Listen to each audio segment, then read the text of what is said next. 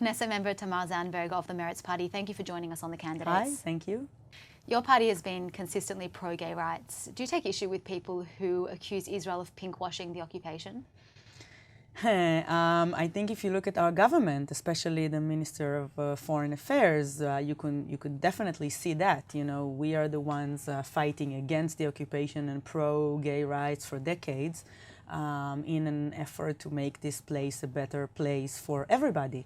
But when we see some ministers in the government who are actively fighting against any chance to peace process or any kind of peace agreement, and in the same time, one of them, like Bennett, trying also to shut his homophobia and his party's very clear prohibition of gay rights, and on the other hand, another minister, like for example Victor Lieberman, isolating us in the world and in the same time trying to use some gay figures as pinkwash. I can definitely see where this government is going. So you're saying that Minister Lieberman does pinkwash the occupation?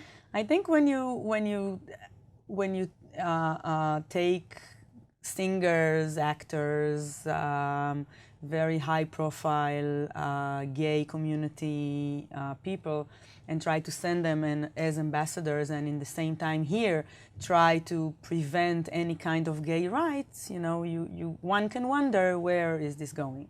And there is in Israel a strong religious establishment where the ultra-Orthodox establishment condemns homosexuality as an abomination. Mm-hmm. Do you think that given the strength and power and the influence of the religious establishment that there will ever be gay marriage in Israel? I'm sure there will be gay marriage. It's going to be part of civil marriage to all, not just gay, but to all people. I think that the Orthodox monopoly over marriage, divorce, and basically the personal law is not just, is wrong.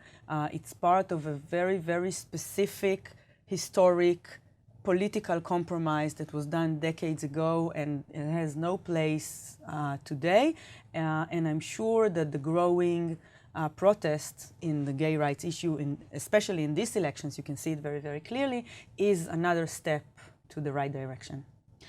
Your party insists that Israel return to negotiations with the Palestinians.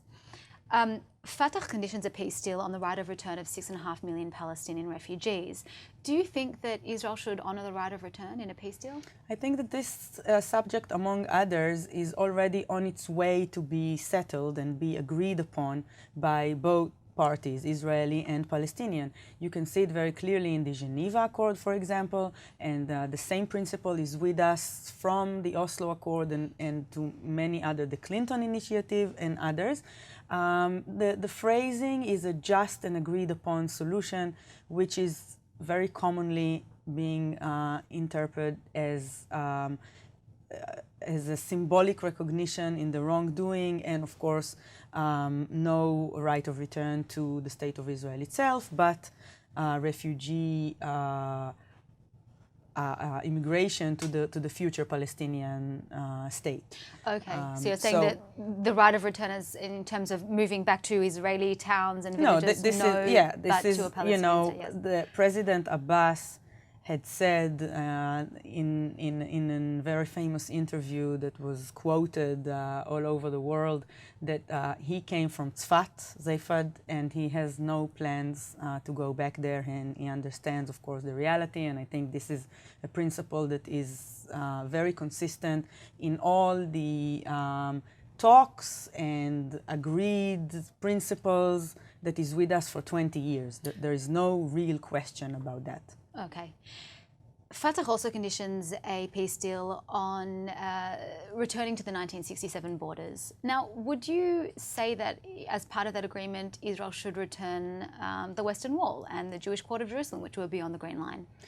You know, this is another issue that is already being settled. It's amazing that for 20 years we are still going through the same issues like Jerusalem, like the refugees, like the security arrangements, etc. And all of them are actually already agreed upon. Of course, the 67 borders are the basic platform to the future agreement. But of course, It has to be the changes that has taken place since then has to be taken into consideration, and that means land swap and changes in borders so that they adapt to the reality in the grounds. For example, out of the more than 400,000 Israelis living beyond the 67 borders, the most of them would stay in their places, and the border would move and annex what is called the settlement blocks, and that is already agreed. The only obstacle that remains,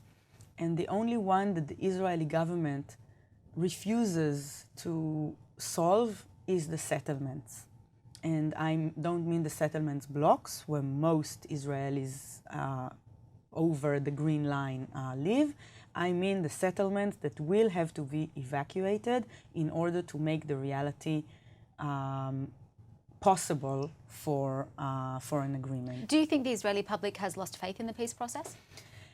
I think that the Israeli public is tired and desperate, and that is not necessarily losing faith with the peace process itself, but it's losing faith in right-wing governments that did everything they could to tackle the peace process and refuse and isolate Israel from its friends in the world, from the region, and I mean the region, the moderate Palestinian leadership, and also the moderate Arab countries around us.